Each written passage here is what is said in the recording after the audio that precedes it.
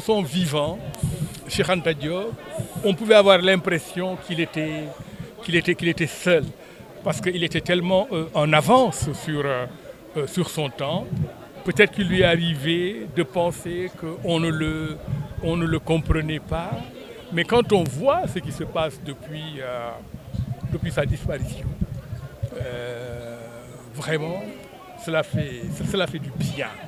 Cela fait du bien et la leçon que l'on peut en tirer, en particulier les jeunes, c'est de ne jamais se laisser impressionner par qui que ce soit, par les individus qui sont puissants, qui pensent qu'ils tiennent votre destin entre les mains, par les appareils, voilà, qui vous tirent en arrière parce que vous sortez de cadres de pensée préétablis. Et j'ai parlé de ce que Cheikh Anta Diop a fait comme politique, sur le champ politique. Ici, je peux insister sur le fait qu'il existe des textes de Cheikh Anta où il critique la mise en place de partis ethniques, où il dit que c'est la pire des choses qu'on puisse faire.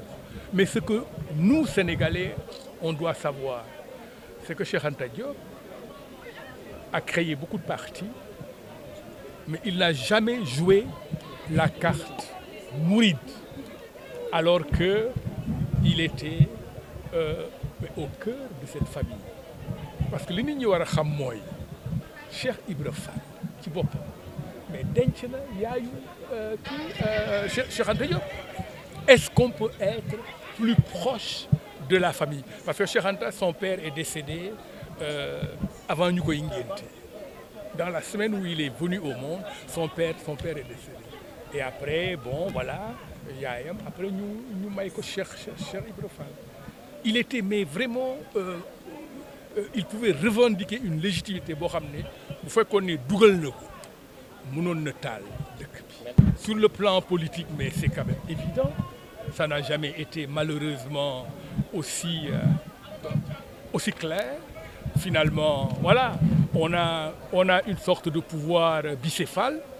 Il y a le pouvoir qui est au palais de la République, qui a sa légitimité.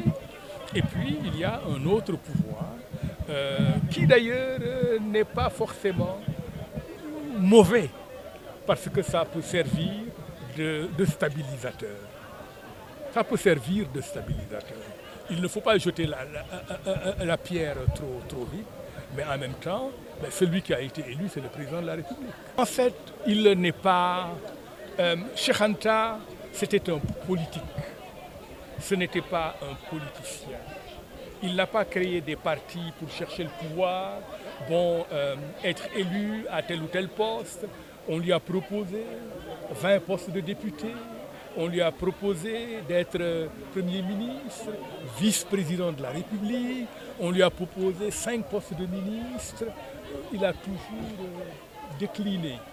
Et donc, et comme je viens de le dire, il n'a jamais voulu jouer la carte ethnique ou la carte religieuse. Cet homme-là, c'est quelqu'un qui forcément dérange les autres, qui sont prêts à tout pour arriver à leur fin.